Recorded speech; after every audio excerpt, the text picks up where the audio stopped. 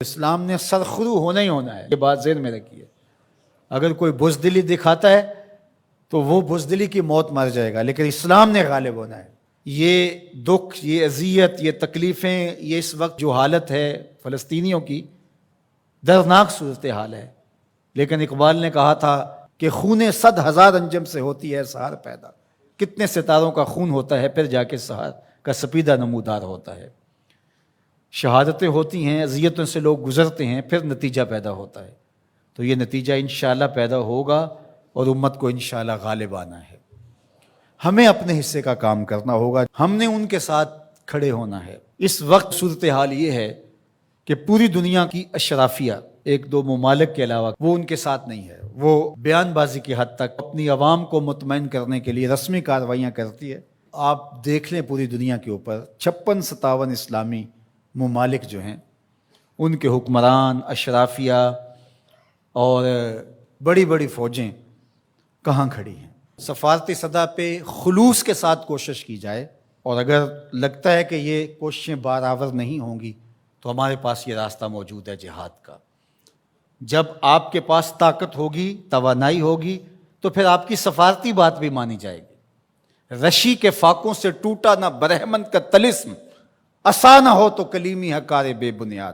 حضرت موسیٰ اگر کلیم اللہ تھے، ایک ان کا وصف تھا، لیکن دوسرے ہاتھ میں عصا بھی تھا۔ جہاد کا آپشن موجود ہے آپ کے پاس، اور انہیں پتا ہو اگر ان کی بات سفارتی سطح پہ نہیں مانے گی تو یہ راستہ ان کا کھلا ہوا ہے اور اس سے گریز نہیں کریں گے، تو پھر آپ کی بات سفارتی سطح پہ مان لی جائے گی۔ لیکن انہیں پتا ہے کہ یہ چیخ چلا کے رو کے جو ہے وہ پھر خاموش ہو جائیں گے، تو وہ آپ کی اشک شوئی بھی نہیں کریں گے، محض ایک رسم کے طور پہ کاروائیاں ہوں گی اور بات ختم ہو جائے گی۔ سلامتی کونسل اقوام متحدہ ہمیں کیا دے گی؟ وہ تو استعمار کی باندھی ہے، ہمارے لیے وہ کچھ نہیں کر سکتے۔ امت کو اپنا پلیٹ فارم فراہم کرنا ہوگا، اور امت کو اپنے مسائل حل کرنے کے لیے ہمارے پیغمبر نے جو راستہ جہاد کا دیا ہے اسی راستے پہ چلنا ہوگا۔ پھر دیکھنا کہ کس طرح کفر دم دبا کے بھاگتا گھٹنوں کے بال آتا ہے۔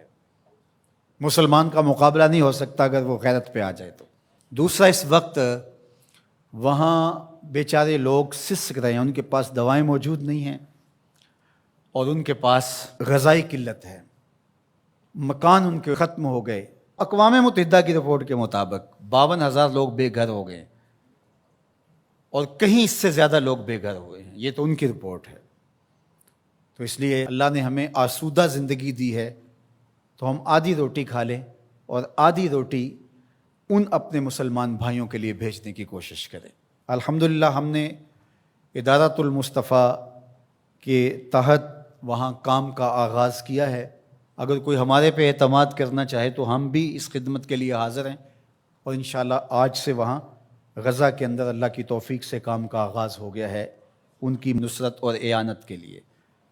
باقی مختلف ذرائع ہیں، ان کے ذریعے سے آپ جو ہے وہ ان کی مدد کر سکتے ہیں۔ آپ کو اطمینان ہو جہاں تو یہ کام کرنے کا ہے۔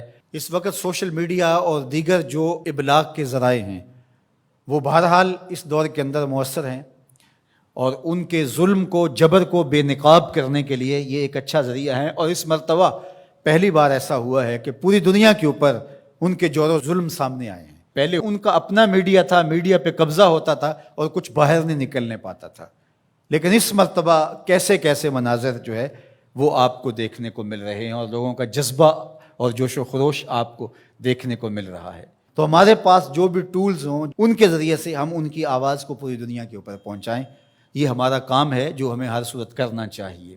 اسی طرح ان کی مصنوعات کا بائیکاٹ کریں، اپنے ملک کی بنی ہوئی مصنوعات کو متبادل کے طور پہ استعمال کریں، ترکی کی مصنوعات کو متبادل کے طور پہ استعمال کریں۔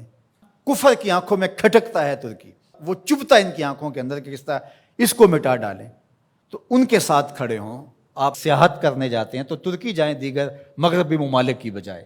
ترکی میں انبیاء کی قبور موجود ہیں، صحابہ کی قبور موجود ہیں، اور ترکی میں اصحاب کہف کا غار ہے، ہماری تاریخ ہے ترکی میں بہت ساری، تو وہاں دیکھیں، اور وہاں ان کے لوگوں کا جذبہ اور ان کا ایمان اور ان کا اخلاق پھر پاکستانیوں سے جس طرح وہ ٹوٹ کے محبت کرتے ہیں۔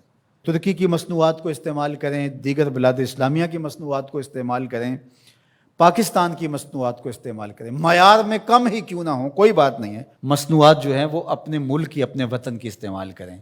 تو بائیکاٹ کریں گے تو انشاءاللہ اس سے ان کو مالی نقصان ہوگا اور جو ہے وہ مسلمانوں کو اس کا فائدہ ہوگا۔ اسی طرح جو ہے وہ ان کی اخلاقی مدد کریں، جو صحافی ہیں وہ ان کے لیے لکھیں، جو بولنے والے ہیں علماء وہ تقریروں میں، تحریروں میں، گفتگو میں لوگوں کو اویئرنیس دیں۔ اتحاد امت کے ذریعے سے ہم ان کی مدد کر سکتے ہیں۔ امت اگر متحد ہو جائے، جغرافیائی تقسیمیں، لسانی عصبیتیں اور باہمی ہماری ذاتی رنجشیں اور نفرتیں جو ایک دوسرے کے خلاف کھڑی ہو جاتی ہیں اور جس سے امت کا اتحاد پارا پارا ہو جاتا ہے، یہ بدبختی ہوتی ہے۔ تو ان ساری تقسیمات کو رد کر کے حضور کے نام پر، قدس کے نام پر، قرآن کے نام پر، توحید کے نام پہ ہم جمع ہو جائیں۔ الکفر ملت واحدہ، سارا کفر ایک ملت ہے، تو مسلمان کیوں جمع نہیں ہو سکتے ہیں؟ حضور کے نام پہ سب جمع ہو جائیں۔ امت کی وحدت اس بات کا پیغام ہے کہ دشمن کے چھکے چھوٹ جائیں۔ میں اپنے ساتھ جڑے ہوئے تمام لوگوں کو کہتا ہوں، اپنی اولادوں کو بہت اچھا پڑھائیں، ان کی دینی تربیت آخری حد تک کریں، اور ان کی جو دنیاوی تعلیم ہے اس کو بھی بہتر سے بہترین انداز میں آگے لے کے جائیں۔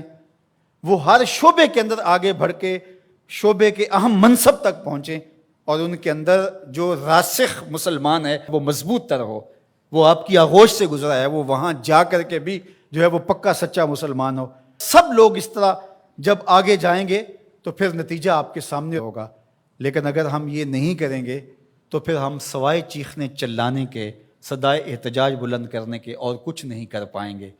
تو بہرحال غالب تو آنا ہی آنا ہے اسلام نے، وہ پھر ہم نہیں ہوں گے، پھر اللہ تعالیٰ کسی اور کو منتخب کر لے گا ہماری جگہ پہ۔ اگر ہم چاہتے ہیں کہ ہم اور ہماری نسلیں اسلام کی نشأت کے کام آئیں، اسلام کی نہضت کے کام آئیں، تو اس کام کے لیے ہم اپنی نسلوں کو، اپنی اولادوں کو، اپنے رجال کار کو تیار کریں، تاکہ پھر ان جگہ پہ کھڑے ہو کر کے دین کی نصرت اور اعانت کے فریضے کو سر انجام دیں۔